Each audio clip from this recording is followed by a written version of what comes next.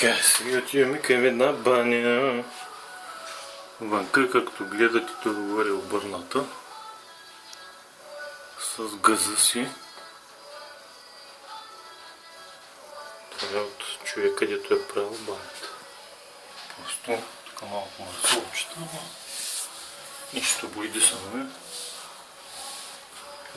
Но видите хората къде си дават парите. Опа, влизаме. На пръв поглед, да, свежа хубава баня. Под който...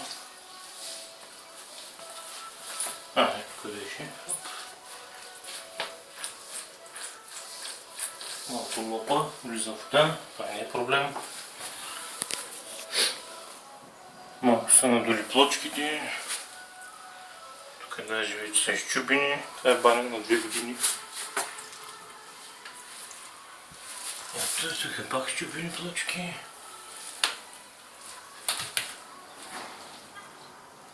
Фолиране, лайсне,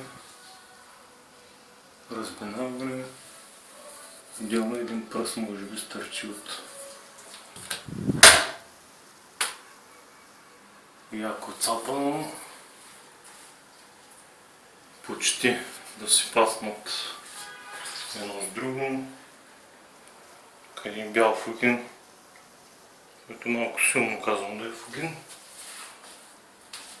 Тук други бели, които естествено са червени, понеже нещо, което май е счупено. Това малко само на герца.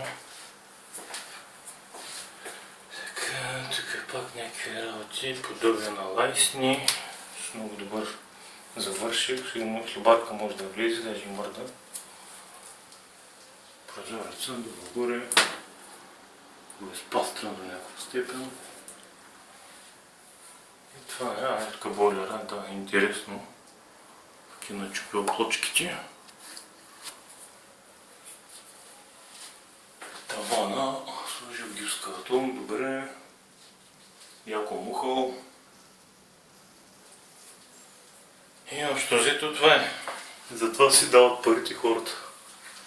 За некачествени майстори и некачествено изпълнение.